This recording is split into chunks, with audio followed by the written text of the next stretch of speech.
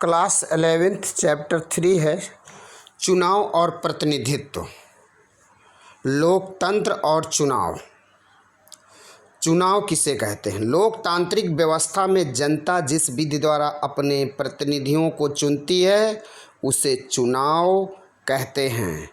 प्रतिनिधि किसे कहेंगे? लोकतांत्रिक व्यवस्था में जनता जिस व्यक्ति का चुनाव करके सरकार में यानी संसद विधानसभा में भेजती है उस व्यक्ति को प्रतिनिधि कहते हैं। प्रत्यक्ष लोकतंत्र दो प्रकार का होता है, एक प्रत्यक्ष लोकतंत्र, दूसरा अप्रत्यक्ष लोकतंत्र। और लोकतंत्र किसे कहते हैं? जनता का शासन, यानी ऐसा शासन जिसमें जनता के लिए जनता द्वारा जो शासन चलता है उसे हम लोकतंत्र कहते हैं। लोकतंत्र कितने प्रकार का होता है? दो प्रकार, प्रत्यक्ष लोकतंत्र, अप्रत्यक्ष लोकतंत्र। प्रत्यक्ष लोकतंत्र किसे कहेंगे? प्राचीन यूनानी नगर राज्यों में कम जनसंख्या होने के कारण जनता एक स्थान पर प्रत्यक्ष रूप से एकत्रित होकर हाथ उठाकर रोजमर्रा यानी दैनिक के फैसले तथा सरकार चलाने में भाग लेते थे, जिसे प्रत्यक्ष लोकतंत्र कहते हैं। अप्रत्यक्ष लोकतंत्र आधुनिक विशाल जनसंख्या वाले राष्ट्रों में प्रत्यक्ष लोकतंत्र व्यवहारिक नहीं रहा। आम जनता प्रत्यक्ष रूप से एक स्थान पर एकत्रित होकर सीधे सरकार की कार्यवाही में भाग नहीं ले सकती है, इसलिए अपने प्रतिनिधियों को भेजकर सरकार में अपनी उपस्थिति दर्ज करवाई जाती है।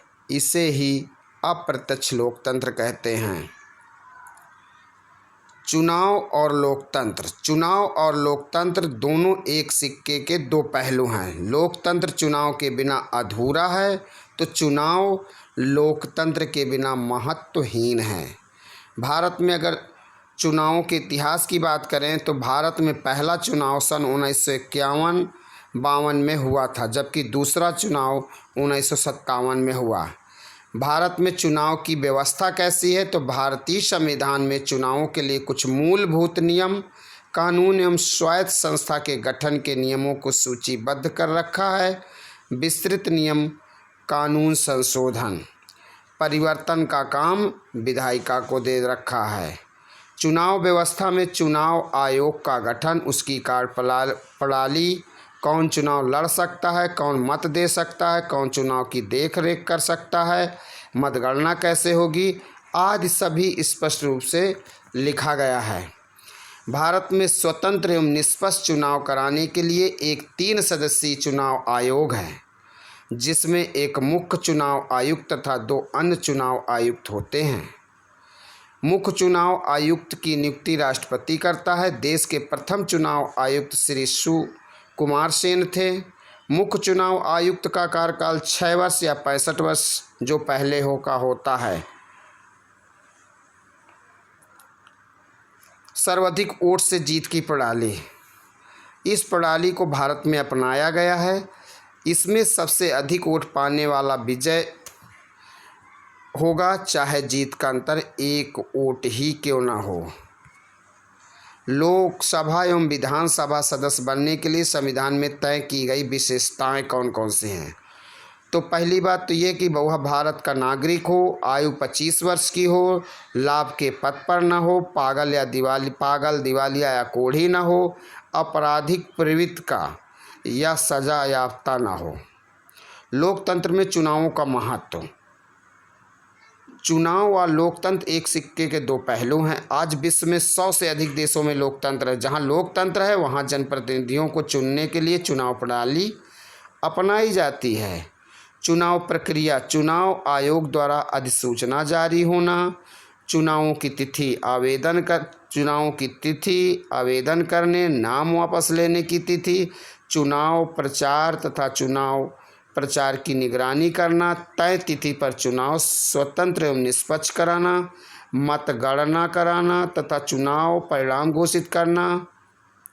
ये सारा काम जो है चुनाव अधिकारियों की नियुक्ति करना, मतदान केंद्रों की स्थापना करना, ये सब का सब कार्य जो है चुनाव प्रक्रिया के तहत आता है।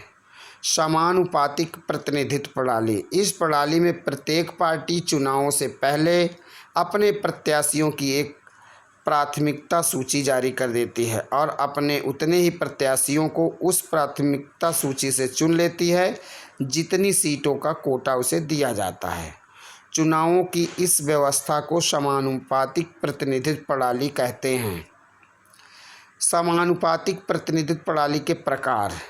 समानुपातिक प्रतिनिधित्व प्रणाली के दो प्रकार होते हैं। जैसे इजराइल व नीदरलैंड में पूरे देश को एक निर्वाचन क्षेत्र माना जाता है और प्रत्येक पार्टी को राष्ट्रीय चुनाव में प्राप्त वोटों के अनुपात में सीट दे दी जाती है। दूसरा प्रकार अर्जेंटीना व पुर्तगाल में, जहां पूरे देश को बहुसदस्यीय निर्वाचन क्षेत्रों में बांट दिया जाता है।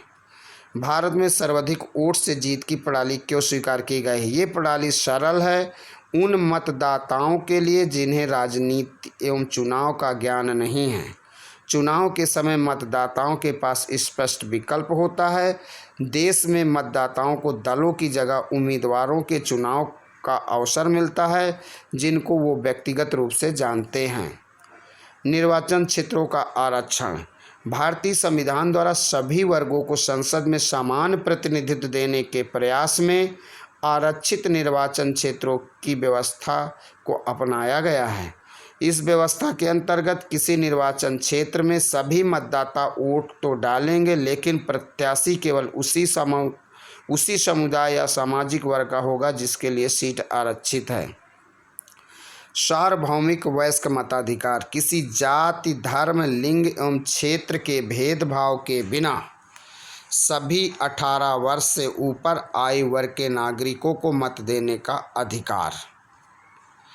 चुनाव सुधार। चुनाव की कोई प्रणाली कभी आदर्श नहीं हो सकती। उसमें अनेक कमियां और सीमाएं होती हैं। लोकतांत्रिक समाज को अपने चुनावों को और अधिक स्वतंत्र और निष्पक्ष बनाने के तरीकों को बराबर खोजते रहना पड़ता है, जिसे चुनाव सुधार कहते हैं। जैसे भारत में आपराधिक प्रवृत्ति के लोगों को चुनाव लड़ने पर प्रतिबंध या फिर चुनाव लड़ने के लिए कुछ अनिवार्य शिक्षा योग्यता निर्धारित करना। चुनाव प्रणाली की विशेषताएं। भारत में सर्वाधिक मत से जीत की प्रणाली को अपना रखा है। इसकी विशेषताएं हैं, ये सरल है, इसमें प्रतिनिधि जनता के प्रति जवाबदेह होते हैं, मतदाता एवं प्रतिनिधि का प्रत्यक्ष संपर्क रहता है। यह प्रणाली क्षेत्रीय प्रतिनिधित्व लोकतांत्रिक सिद्धांत पर आधारित है। इसमें खर्च कम आता है। इस प्रणाली से राष्ट्रीय एकता को बल मिलता है। चुनाव प्रणाली के दोष। धन का अधिक व्यय यानी खर्च, वोटों का खरीदा जाना, झूठा प्रचार, सांप्रदायिकता, हिंसा आदि को बढ़ावा देना, जाति धर्म के नाम पर वोट, अपराधियों का प्रवेश। Thank you.